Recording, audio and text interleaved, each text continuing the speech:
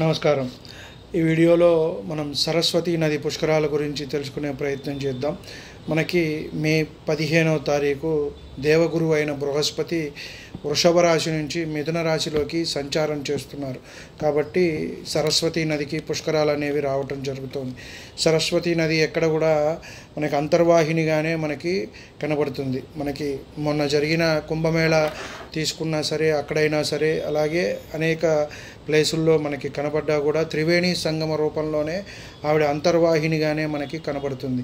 అలాగే మనకి దగ్గరలో తెలుగు రాష్ట్రాల్లో తెలంగాణలోని కాళేశ్వరం దగ్గర మే 15 నుంచి 12 రోజుల పాటు మనకి పుష్కరాలు నిర్వహించడం అనేది జరుగుతోంది. కాబట్టి తెలుగు రాష్ట్రాల వారు, దగ్గర ఉన్న కర్ణాటక, మహారాష్ట్ర వారు కూడా ఇక్కడ వచ్చి మనము నదీ స్థానాలు ఆచరించడము, అలాగే పితృదేవతలకు తగిన అంటే గతించిన వాళ్ళు ఉంటారు, వాళ్ళకి పిండ ప్రదానం చేసుకోవటం అనేది ఎంతైనా సరే మంచి విషయం.